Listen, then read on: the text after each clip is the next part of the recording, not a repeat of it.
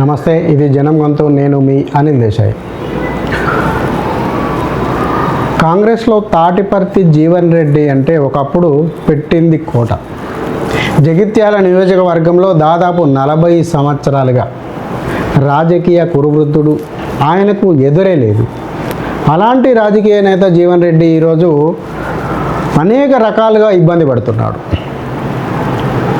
మొన్నటిదాకా మనం చూసాం, కాంగ్రెస్ పార్టీలో గత సంవత్సర కాలంగా దాదాపు తెలంగాణలో కాంగ్రెస్ ప్రభుత్వం ఏర్పడినప్పటి నుంచి కూడా ఆయనకు ఇబ్బందులు ఎదురవుతున్నాయి, నన్ను సీనియర్గా అని కూడా గుర్తించడం లేదు అంటూ ఆయన వాపోతున్నారు, మీడియాకి ఎక్కారు. ఆఖరుకు నిన్న కేసీఆర్ సమక్షంలో ఆయన బీఆర్ఎస్లో కూడా పార్టీ మారి చేరడం జరిగింది. వాస్తవానికి కాంగ్రెస్ పార్టీ ఆయనకు ఎమ్మెల్సీ పదవి కూడా ఇచ్చి సత్కరించింది. ఎమ్మెల్సీ పదవి ఇచ్చినా కూడా, సత్కరించినప్పటికీ కూడా ఆయనకు ఏదో వెలితి లోపట ఆయన యొక్క మెదడును కావచ్చు, లేదా ఆయన యొక్క సీనియారిటీని కావచ్చు, ఇప్పుడున్న ప్రభుత్వం గుర్తించడం లేదు అనేది ఆయన భావన. నిజానికి మనం చూస్తూ ఉంటే జానారెడ్డి కావచ్చు, ఇంకా ఎంతోమంది కురువృద్ధులు, హనుమంతరావు గారు కావచ్చు, చాలామంది సీనియర్లు ఉన్నప్పటికీ కూడా వీళ్ళను ఒక రకంగా ఇప్పుడున్న ప్రభుత్వం, ఇప్పుడున్న పార్టీ లేదా ఇప్పుడున్న అధికార గణం కొంత దూరం పెట్టిందేమో అని జీవన్ రెడ్డి మాటల ద్వారా అనుకోవచ్చు. కానీ చివరకు ఆయన పరిస్థితి ఎలా అయింది అంటే, రేపు జగిత్యాలలో ఆయన చేరిక సందర్భంగా, జగిత్యాల నుంచి బీఆర్ఎస్లో ఆయన బీఆర్ఎస్ తీర్థం పుచ్చుకున్న సందర్భంగా ఒక భారీ బహిరంగ సభను ఏర్పాటు చేయడం జరిగింది. దానికి గౌరవనీయ మాజీ ముఖ్యమంత్రి కేసీఆర్ కూడా ఆ సభకు హాజరవుతున్నట్లుగా తెలుస్తోంది. ఇలాంటి భారీ బహిరంగ సభ జనం యొక్క బాహుల్యం, జన మద్దతు కూడగట్టుకొని జీవన్ రెడ్డి యొక్క బలాన్ని చూపించడానికి ఏర్పాటు చేసిన సభగా ప్రతి ఒక్కరూ అనుకుంటున్నారు. అది వాస్తవం కూడా.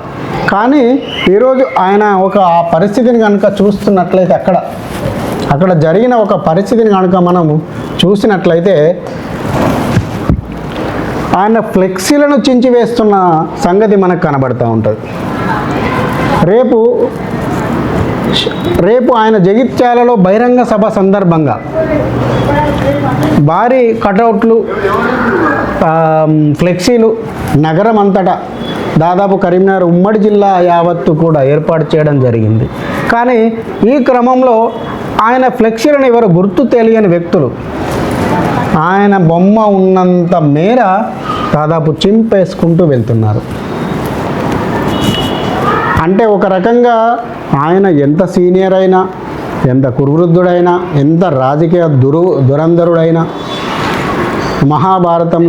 మహాభారతంలో అన్నిటికంటే అత్యంత తెలివైన వాడు, మన మహాభారతం చివరి దాకా చదివితే అర్థమవుతుంది, శకుని లాంటి పాత్ర పోషించినటువంటి ఒక మహోన్నతమైన రాజకీయవేత్త మరి జీవన్ రెడ్డి. అట్లాంటి జీవన్ రెడ్డికి ఈరోజు అక్కడ రేపటి చేరిక సందర్భంగా, భారీ బహిరంగ సందర్భంగా ఫ్లెక్సీలు ఏర్పాటు చేసుకుంటే చింపివేస్తున్నారు. దానికి కొంత కారణం అనుకోవచ్చు మనం. ఎందుకంటే సాధారణంగా గత జీవన్ రెడ్డి ప్రస్థానం మొదలైనప్పుడు కేవలం ఒక ముదుగంటి జితేందర్ రెడ్డి,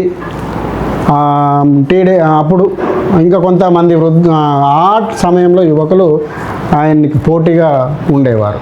కానీ నక్సలైట్ల చేతిలో జితేందర్ రెడ్డి చనిపోవడం, దాంతో ఇక్కడ నాయకత్వ లేమి అనేది జగిత్యాల నియోజకవర్గంలో కనబడింది. అంటే ఒక రాజకీయ పార్టీ అని కాకుండా మిగతా అన్ని రాజకీయ పార్టీల్లో కనబడడంతో జీవన్ రెడ్డి అక్కడ ఒక తిరుగులేని నాయకుడిగా ఎదిగారు. దాంతోపాటే ఆయన కొంత శత్రుత్వం కూడా పెరగవచ్చు. సాధారణంగా ఒకరు ఎదుగుతున్నారంటే తన వెనక కూడా గిట్టని వ్యక్తులు ఎంతోమంది ఉంటారు. ఆ క్రమంలోనే కొంత శత్రుత్వం కూడా పెరగవచ్చు. కానీ ఆయన ప్రతిసారి అధికారంలో ఎక్కువ శాతం అధికారంలో ఉండడం మూలంగా ఎమ్మెల్యేగా, ఎమ్మెల్సీగా, ఎంపీగా రకరకాలుగా ఆయన పదవులు, మంత్రి, ఒక రవాణా శాఖ మంత్రిగా వైఎస్ రాజశేఖర రెడ్డి హయాంలో ఇలా పదవులు అనుభవిస్తూ అధికారాన్ని చేతిలో ఉంచుకోవడం మూలంగా ఈ శత్రువులు అనేవాళ్ళు కొంత వెనక్కి తగ్గి ఉండొచ్చు. కానీ ఇప్పుడు ఆయన మొన్న ఎమ్మెల్యేగా ఓడిపోవడము, అదేవిధంగా ఎంపీగా కూడా ఒకసారి ఈ మధ్యలో ఓడిపోవడముతో అటు కాంగ్రెస్ పార్టీ ఎమ్మెల్సీగా ఆయనకు పదవి ఇచ్చి కొంత ఆయన్ని గతంలో ఆయనను ఎమ్మెల్సీగా కాంగ్రెస్ పార్టీ చేసింది. కానీ గత సంవత్సరం నుంచి కూడా ఆయన కాంగ్రెస్ పార్టీలో నేను ఇమడలేకపోతున్నాను, ఇప్పుడు అధికార నాయకత్వ గణం నన్ను పట్టించుకోవడం లేదు, నిర్లక్ష్యం చేస్తున్నారంటూ ప్రతిరోజు ఆయన మాట్లాడారు. బహిరంగ వేదిక బహిరంగంగానే విమర్శించారు. ఆ విమర్శల దరిమిలా ఆయన తట్టుకోలేక కాంగ్రెస్ పార్టీకి రాజీనామా చేసి కూడా బీఆర్ఎస్లో చేరారు. అయితే ఇక్కడ మనము ప్రస్తుత పరిస్థితిని ఎందుకు చింపివేశారు, ఎవరు చింపివేశారు అని ఒక ఆలోచన మనం కనుక చేసినట్లయితే ఒకప్పుడు రాజకీయంగా ఆయన ఒక్కరే ఉన్నారు. కానీ తదనంతర కాలంలో ఎల్ రమణ వచ్చారు. ఆయన ప్లేస్ను భర్తీ చేయడానికి ఎల్ రమణ వచ్చారు జగిత్యాలలో. అదేవిధంగా ప్రస్తుత ఎమ్మెల్యే ఆయన కాంగ్రెస్ పార్టీ నుంచి గతంలో టీఆర్ఎస్ పార్టీ నుంచి ఎమ్మెల్యేగా గెలుపొంది డాక్టర్ సంజయ్ ఆయన ఇప్పుడు ప్రస్తుత ఎమ్మెల్యే. బీఆర్ఎస్ నుంచి ఆయన గెలిచినప్పటికీ కూడా కాంగ్రెస్ పార్టీలో ఆయన చేరడం జరిగింది. అదేవిధంగా మొన్నటి మున్సిపల్ ఎన్నికల్లో కూడా ఇటు జీవన్ రెడ్డికి ఇటు సంజయ్ వర్గానికి తను బీఆర్ఎస్లో ఉన్నప్పటికీ కూడా బీఆర్ఎస్ టికెట్లను కూడా కాంగ్రెస్ అనుకూలంగా, జీవన్ రెడ్డి కాంగ్రెస్లో ఉన్నప్పటికీ కూడా కొంత బీఆర్ఎస్కి అనుకూలంగా ఒకరి వర్గాన్ని ఒకరు టికెట్లు ఇచ్చుకుంటూ రచ్చకెక్కిన సంగతి కూడా మనం అందరం చూసాం. కానీ ఎట్టకేలకు కాంగ్రెస్ పార్టీ అక్కడ అధికార మున్సిపల్ సీటును కైవసం చేసుకుంది.